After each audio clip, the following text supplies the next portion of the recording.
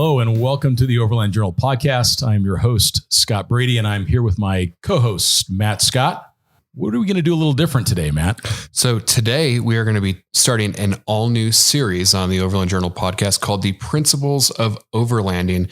And what this series is really meant to do is it's meant to just explain some kind of more basic concepts in a little bit more detail so you can get out, kind of have the benefit of my experience, Scott's experience, and everybody that we've collaborated on for this series and make it all available to you.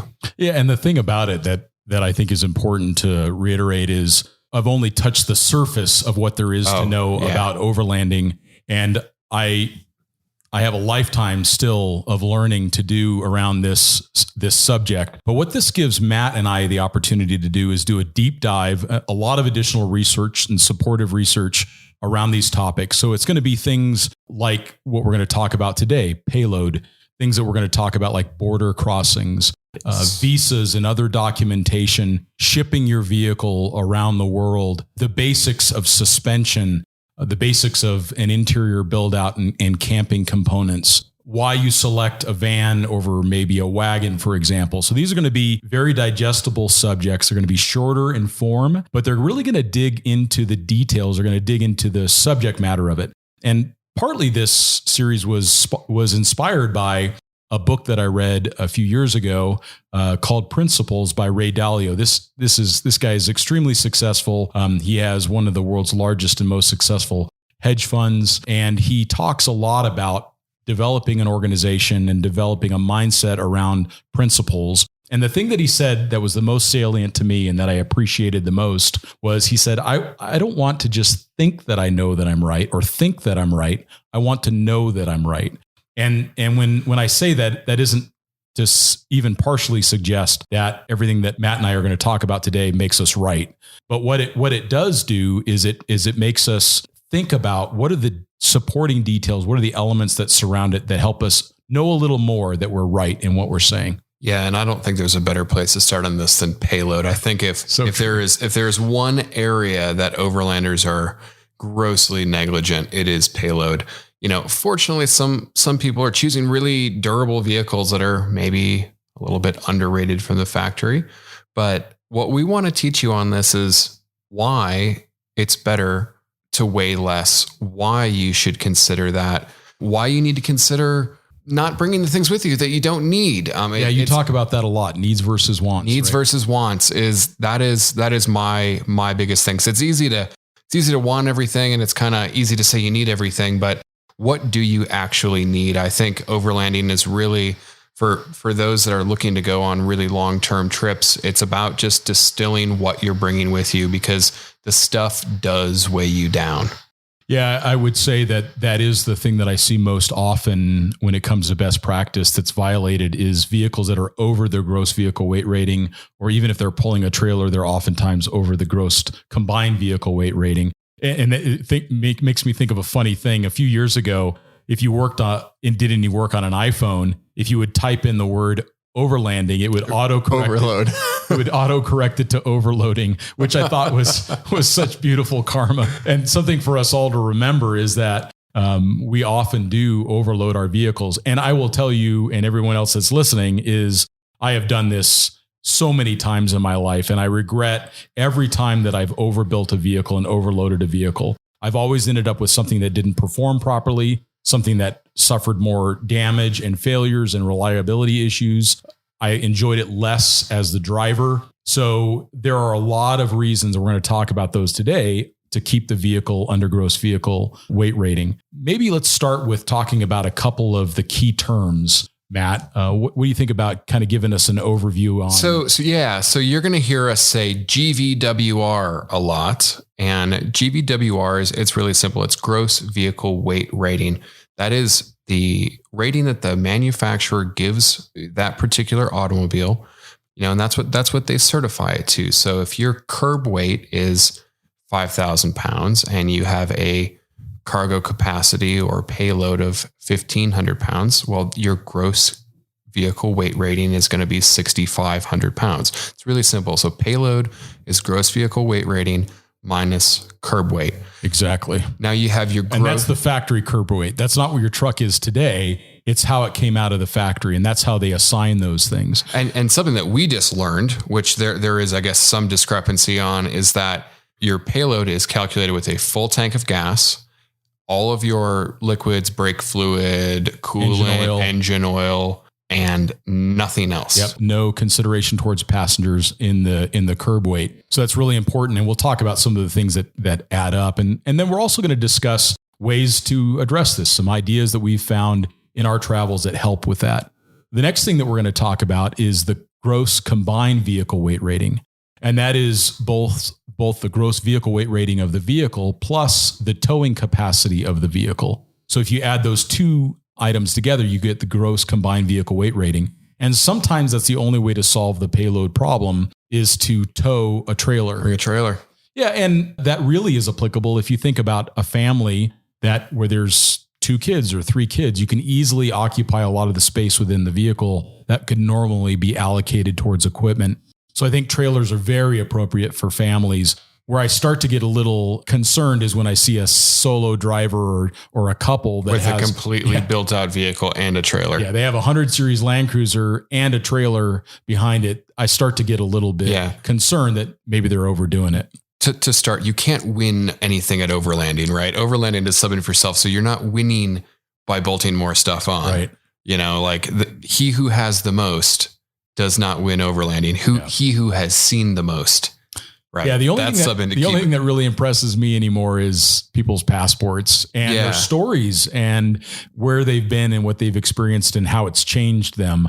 We want to keep it as simple as possible. The next thing is curb weight. As a definition, curb weight is the manufacturer's curb weight. And then there can also be a curb weight that you get when you add modifications and you go and you take it to a local scale and you figure out what your current vehicle weight is. And that's really important to do. It's important to do on a regular basis. So that way you can get a baseline of how your truck is against those gross vehicle weight ratings. Roof load rating. That's not something that you hear thrown around a lot. It is almost always grossly blown over through the aftermarket, except for the new Defender is pretty crazy. Impressive. 400 pounds of dynamic, 360 pounds of dynamic, and I believe close to 500 or 550 pounds of static. And another good example of that is the 200 series Land Cruiser, around 240 pounds, 250 pounds of roof load rating under dynamic conditions. There are very few other vehicles that get close to that. Most of the 4-wheel drives that we see, 4Runners and Jeeps, et cetera, they end up somewhere between the 80 and the 140, maybe 150 pounds if you're lucky. So that's really important. If you remember how much a roof tent weighs, they can easily weigh 120 to 150 pounds. So you basically end up with a roof tent and a couple crossbars, and that's it. And this is really critical. If you think about it, those ratings are set for the vehicle at stock suspension height and stock center of gravity. Once we start to lift our vehicles and goes lower. Add taller section height tires, we start to really stress those vehicle dynamics that help support that roof load. So we really need to be thinking hard about when we start to add roof loads, or let's just start with buying the right vehicle. In my mind, if you want to put a bunch of stuff on the roof, buy a 200 series, buy a new Defender. Yeah. I mean, every action that you do to your vehicle has a reaction. And I think that's the important thing to know while we talk payload, right? Just keep it in mind. So sprung weight and unsprung weight, pretty simple. So basically anything your suspension is holding up, that is sprung weight. Everything that your suspension is not holding up, so that's below the bottom of, let's say, that coil spring, that is unsprung weight. You also have rotating mass and things like that. I guess the old race car thing with rotating mass was any pound of rotating mass you added was 7 pounds of unsprung weight. You're also kind of putting in there. So people that are putting in, really heavy tires, let's say you have a 4Runner with a that doesn't even have an LT construction tire from the factory, and you go to a 35. Well, you're probably adding 25 to 30 pounds of rotating mass times 7. Like that is where you really start to feel that weight. You do. It affects acceleration, braking, and everything. It certainly does. It definitely affects acceleration and braking. Acceleration we can address to a small degree by changing the gear ratio of the vehicle. The braking performance we can improve slightly by improving the brakes, improving the sweep area, improving the caliper configuration.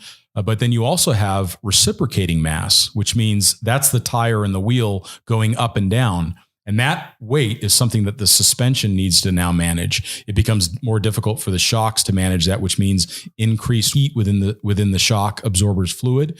And it's also more difficult for the spring to manage that. So anytime we add weight to the vehicle, we want to be really mindful of that. Now, it doesn't mean that you don't put big tires on a vehicle. In order to cross Antarctica, you got to run 44-inch tires. Yep. But you end up with very little suspension travel, and they are not designed to operate at high speeds. Everything's a give and take, and that compromise needs to be considered when we build our vehicles. If you do a lot of highway driving, you use the vehicle every day as a daily driver, be very careful about putting big tires on it. Yeah. Yeah. And I also caution too, large tires don't necessarily mix if you're going to be running over gross vehicle weight.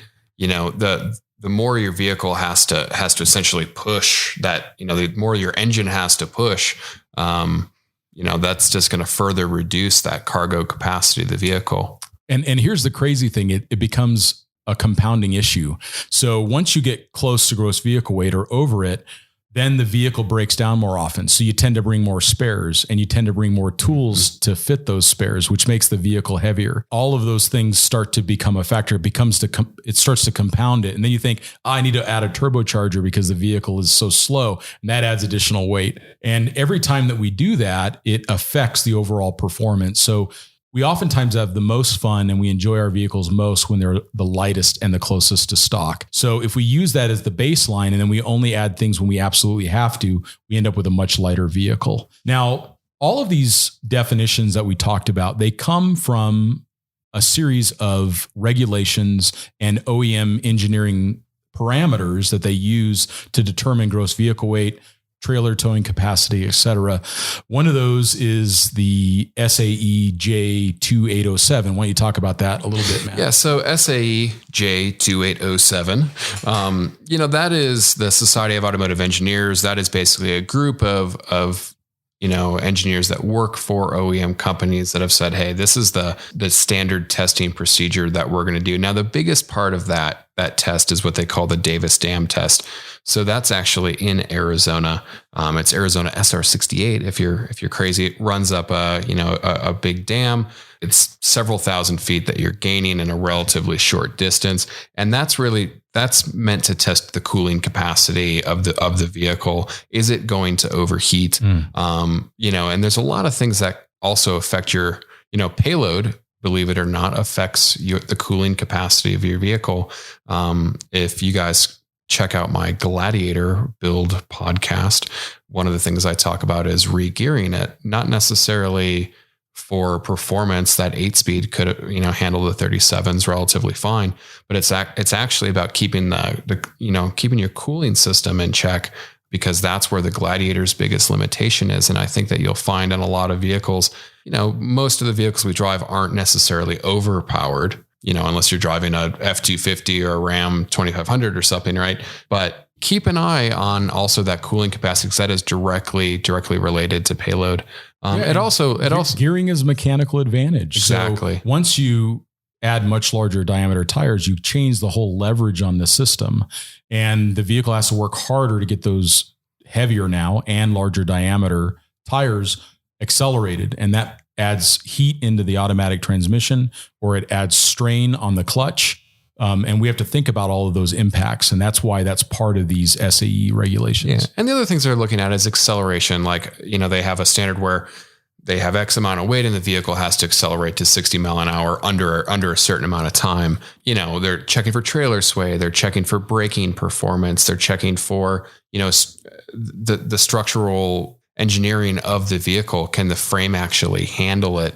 There's a great story on Jalopnik that Andrew Collins wrote. If you just Google SAE J2807, it will explain that in detail.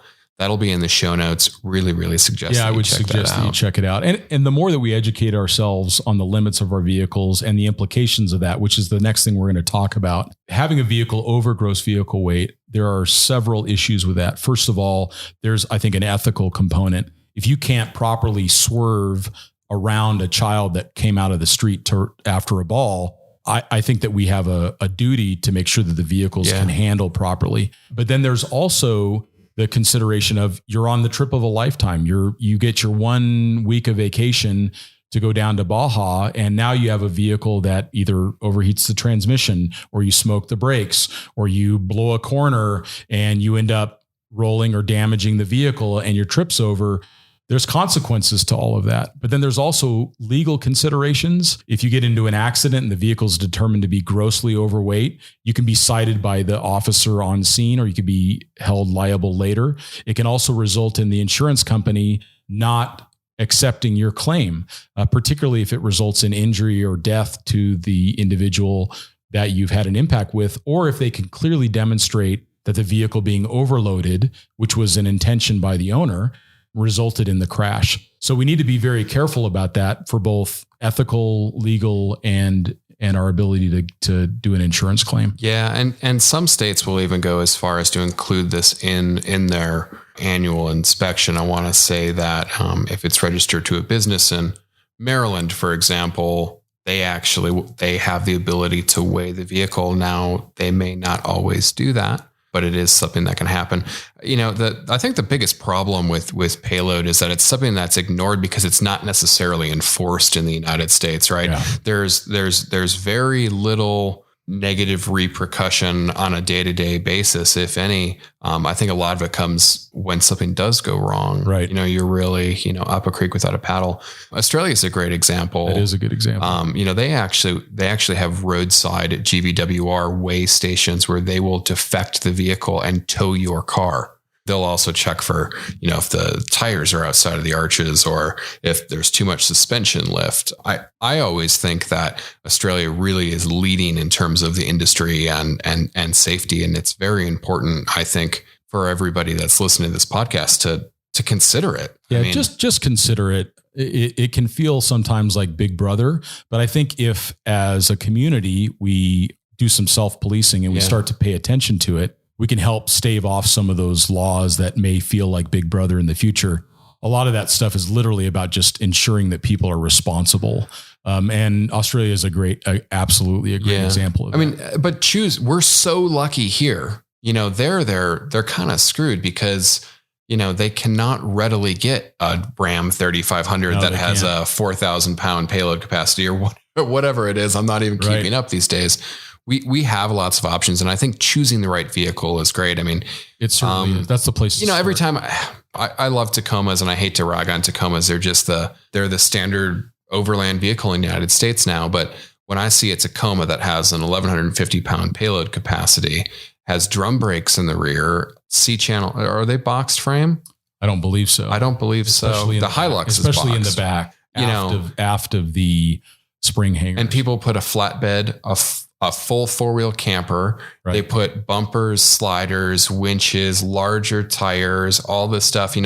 They have 3,000 pounds of stuff easily in a car that can legally carry 1,100 or so pounds of stuff. We have guys that have, full size Dreams on a 1/4 ton chassis. Right. And that's what I did with my Tacoma years ago.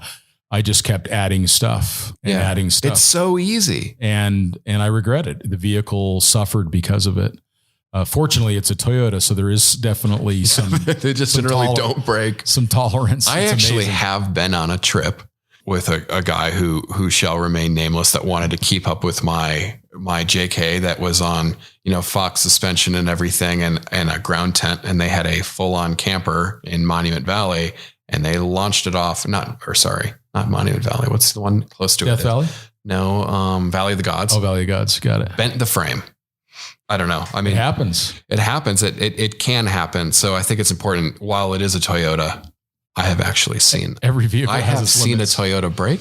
Yeah. Every vehicle has its limits for sure. And I think that's what comes to the next point is there are a lot of factors that come to play with this. And it's also the slow boil. We add these things very incrementally. If you went from driving your vehicle in stock condition to the next day, I could put you in the driver's seat with it as you've modified it today. You would think, holy cow. You would think, I can't stop. This thing doesn't handle properly. It accelerates so slowly. Why am I getting 35%, 40% less fuel economy? Which that's another factor. It's just like the spare parts and tools. Yeah. If you make the vehicle less efficient, you need to now carry more fuel, which adds more weight, which adds to the problem. So it really does compound. And there are core elements of the vehicle that you can adjust to help improve some of these performance indicators. We're not at all suggesting that you run over payload, but if you're maybe getting up to that 90, 95% of gross vehicle weight, there are things that you can do to bring back some of those performance characteristics. Mac talked about regearing. That's a critical one. You can upgrade the axles. A lot of vehicles are coming with better than in the past axles, like Gladiator and the JL, for example. They're coming out with heavy duty Dana 44s, but you can upgrade the axles. You can upgrade the bearings. You have to make sure that your wheels and tires can support the weight that you've added to the vehicle. You can adjust your spring rates going with an Old Man Emu suspension or a AEV or Icon, any of these high quality brands that manufacture springs that have an additional load capacity. That's a great way to be able to address the ride height that you're trying to maintain with the additional load. Of course, you want to make sure that the shock valving is appropriate. Yes. As I had that issue, with the Gladiator, there were no options out. Too soft.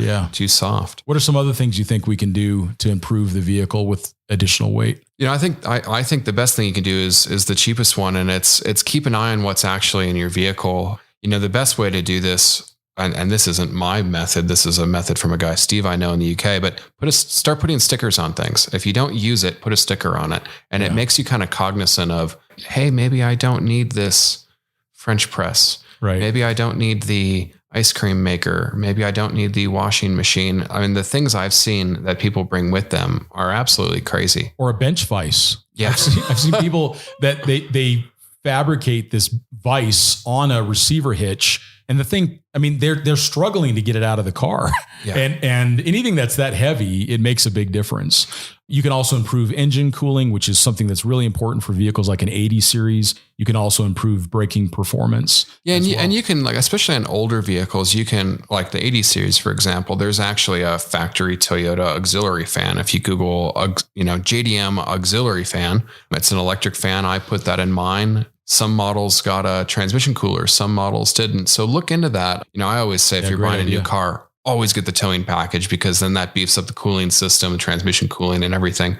So look and see, okay, well, can I generally transmission, engine, it's a matter of getting rid of that heat, right? So the more thermal cooling you can, you can add, the better. Gearing is also going to do a lot for that, in my opinion. That reduces the load on the engine. I think a lot of this stuff comes down to gearing and suspension. It really does. And don't push it. If someone's right at gross vehicle weight, they can maybe make the argument for it. But what happens when you need to add other passengers because the vehicle that's with you breaks down, or you need to put some of their gear on the roof rack, or your significant other finds, the armoire of their dreams down in Baja, and you want to put that on the roof rack to get home. It's so easy to add a bunch of extra weight when you're not paying attention to that, particularly if you need to bring extra fuel along. And I find it's just something that you have to think of. And sometimes you have to think of differently. If you have a 2,000 pound, payload capacity, well, maybe don't think of it as 2,000 pounds. Maybe think, okay, well, I'm going to be in it. My partner's going to be in it. And let's just say we're both 200 pounds because we're all Americans. So then think of it as 1,600 pounds. Stop fooling yourself, because you have to put yourself in that seat too. Correct. Figure out how much your fridge weighs, but then figure out how much your fridge weighs full of beer. Right. Figure out, figure if you're going to put drawers in your vehicle, that's great. Well, don't let the drawers just become a place to accumulate crap. Also, I think tools are tough because you can always tell yourself, oh, I'm going to need it. But well, if your car's in metric, why are you bringing, standard tools with you? And try and pare things down. Like, tools are a place where you can save a lot of weight. A lot of weight. I will actually work on my vehicle at home from the toolkit that is in my vehicle. Yeah, great idea. And I will take things out that I don't need. Or maybe add the things you do, like the right hub wrench or something like that. But don't be underprepared. Yeah. Just don't be bring what you need along. Yeah. Don't bring stuff to fix the school bus in Ushuaia that you might run into. Or don't put a high lift on the rack if you don't have a place for the high lift to lift from. Yeah. A lot of modern vehicles simply don't have jacking points that are suitable. And man, that is like the ultimate poser mark too, is the rusted out high lift on the roof rack of the FJ Cruiser that has no points to use it from. I mean, I guess to be fair, you could be using one of those wheel mounts, but sure. But think of, if you're going to use it, if you need it, are there other solutions? These are some other hacks that Matt and I have thought about, but can you buy things that have multiple uses so that you don't have to have 3 highly specialized items? You can have one that can do the work of all of those. Like, for example, a camp light. Instead of putting a bunch of lights on the rack, have one camp light with a clamp that you can move around on the rack where you need it. Move it into the tent so you're not bringing all those extra things along. When you start to look at that detail and you start to be more mindful of what you're purchasing, that really helps. And I also think it's really important when you start adding items, do the research on how much it weighs, and then start a spreadsheet. I'm not really a spreadsheet guy, but this is the perfect example of a spreadsheet. Start the spreadsheet with the payload that you have available in the vehicle and start to add your accessories up before you buy them. And then as you buy them, now they're on your list and you can add new accessories as you have payload available. But one of the cool things that you can do to help with that calculation is remove the weight of the stuff that you've taken out of the vehicle. Yep. So a great and probably the best example of that is, don't drive around with 3rd row seats in the vehicle if you don't have passengers to fill 3 rows of seats. Those are very heavy. The safety requirements behind automotive seats is mind-boggling. And as a result, they're extremely heavy. I remember I took the seats out of the back of my G-Wagon and they weighed hundreds of pounds. Yeah. They were so like typical German engineering. They had struts and which made them like soft close and helped you lift them. And like they were literally built to come out of the back of a C-130. It was amazing how well they were constructed, but I saved hundreds of pounds when I removed them. Easily. Yeah. I just did a goose gear rear seat delete in my Gladiator. And I think we probably netted between 50 and 75 pounds. And that's a lot. Even by adding something back in. And that's something that we were never even going to use. Yeah. Put that on your spreadsheet that, look, I removed the factory bumper, which weighed 35 pounds, and I put on the ARB bumper, which weighed 110 pounds with the winch. That way you can see where you've gained as well as lost available payload. Another reason for us all to be mindful about even how much we weigh. Yeah, that all adds to it. So I guess in summary it is about safety at the core, but it's also about performance. We want our vehicles to perform. We want them to make that climb in front of all of our buddies. Exactly. If you have a really heavy truck, that climb now becomes significantly more difficult. All that weight is shifted to the rear tires, especially if you have a rear heavy loaded vehicle. That front tire will be very inclined to be unloaded or to even come off the ground, which is going to reduce available traction. So certainly we think of it from a safety and a legal standpoint, but at the end of the day, we want our trucks to perform well and we want them to be fun to drive. Why make them so heavy that they stop being fun to drive? Yeah, we just want to treat the vehicle good. The vehicle is your horse in this scenario, right? You don't want to put too much on the horse's back to where it breaks the back of the horse. That's right. So that's right. And there's that great Maasai warrior phrase that says a warrior carries his experience on his back. Yeah. And if you have too much stuff, it might be that you're better off spending a little bit of money on training or spending more time in the field to realize what you don't need or what you can do with less. And realistically look at where your trip is taking you. I talk to so many people that say they're going to go and do the Pan American Highway, for example. And they come back and they're like, I don't know why I spent $1,000 on these 250 pound rock sliders. Yeah. I was off the pavement for like 20 minutes. Yeah. Like figure out what you value and recognize that, travel and overland travel is not exclusive to off-road travel. They don't have to be the same thing. And you shouldn't have to feel that you need to have these things. There's nothing wrong with a stock bumper. No. There's nothing, I always say, if you're going to go overkill on anything, make sure you have good tires. Right. But just go. I mean, you can do all of this out of duffel bag. Scott and I have both done it a million times in press cars. You fly in, you have your duffel bag with your stuff, and you go. And totally some of those are some of my most enjoyable trips. You're right. Because then you're not distracted by all that stuff. All the stuff. And I think in summary, it's important to focus on what's most important. If you really enjoy technical terrain and getting very remote in southern Utah, those sliders might be a very good idea. But then that means you should camp like a backpacker in order to make up the difference. Yeah. If you really want comfort when you're traveling and you don't do that much technical driving, then you can leave the sliders and then add your comfort elements, your roof tent or whatever. And then it is important to remember that you do have the gross combined vehicle weight rating as a last resort, which means that you could add a trailer that would give you additional capacity. And there's some nice trailers on the market now too. They're so comfortable. Yeah. They're so comfortable. And that's particularly relevant to those that are traveling as a family in a smaller vehicle. That can be a great solution. Yeah. Yeah. I always say anywhere you are in the third world, there will have been a Toyota Corolla that has gone down that road. Almost always. And almost every place that you're going in America, there is some kind of biologist in a bone stock F-150 with the cheapest tires the government would buy that has gone down that same exact road. So, absolutely. I will just leave everybody with the concept of need versus want. Just make sure you have a healthy balance. Yeah, absolutely. Well, thanks for all your thoughts on this, Matt. And thanks to everyone that is listening. We appreciate it. We look forward to your comments and feedback. We've started a thread on expeditionportal.com in the forum where you can list questions and ideas.